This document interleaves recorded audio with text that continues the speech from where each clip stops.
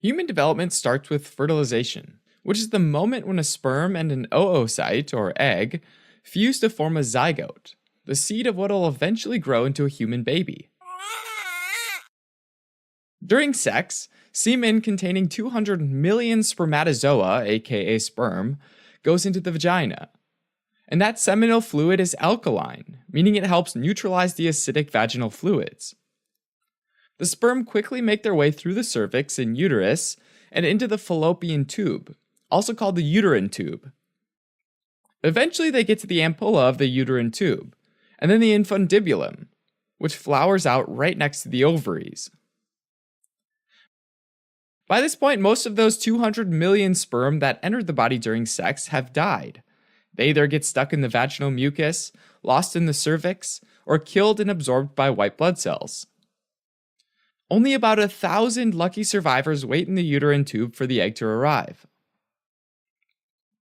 As those sperm wait, they start to rub up against the walls of the uterine tube, and that helps them remove the protective glycoprotein coat and plasma membrane covering the acrosome, which is a cap-like structure covering what you might think of as the sperm's head. And this process is called capacitation.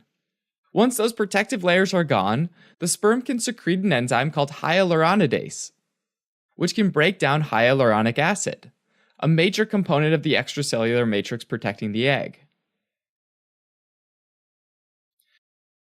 Now, the egg is the largest cell in the human body. It's big and round and about the size of a grain of sand, whereas sperm are the smallest cells in the human body, only about 1/30th the size of the egg, and these guys are long and thin. The sperm first makes its way past the corona radiata, which is a layer of follicular cells. It then makes its way to the zona pellucida, which is the layer of extracellular matrix of glycoproteins that protect the egg. Only about 500 sperm cells make it to this layer. The zona pellucida is also called the jelly coat, since it's a clear jelly that covers the egg. And this sits over a layer of proteins known as the zona pellucida sperm binding protein 3, or ZP3 proteins for short. As the sperm gets really close to the zona pellucida layer, an acrosomal reaction happens, which has two parts. First, the sperm releases acrosin, which is a hydrolytic enzyme that bores a hole in the jelly-like layer of the zona pellucida. After that, the sperm starts assembling actin proteins that fold out like a large protein crane that anchors and binds the ZP3 proteins.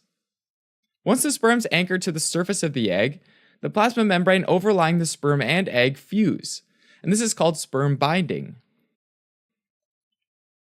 Now, inside the egg, there are cortical granules, which are like bags of enzymes like peroxidases. When a sperm binds to the egg, even though it's not really clear how, calcium levels start to rise in the egg cytosol. These rising levels of calcium signals the cortical reaction, which is when the granules fuse with the egg cell membrane. This releases enzymes into the space between the surface of the egg and the fertilization envelope. Those granule enzymes get mixed in with glycosaminoglycans, water, and calcium ions to form a gel-like barrier called the hyaline layer. This prevents other sperm from getting inside, and it ensures that only one sperm can fertilize the egg, and therefore prevents polyspermy.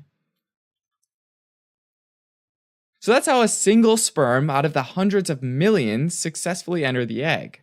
Just to put it in perspective, that's about the odds of winning a major lottery. While this is all happening, the egg undergoes its meiosis too, which leaves a second polar body which has barely any cytoplasm and usually undergoes apoptosis. The surviving daughter cell ultimately forms the mature female ovum, or egg. The nucleus of the egg is called the female pronucleus, and it has 23 chromosomes.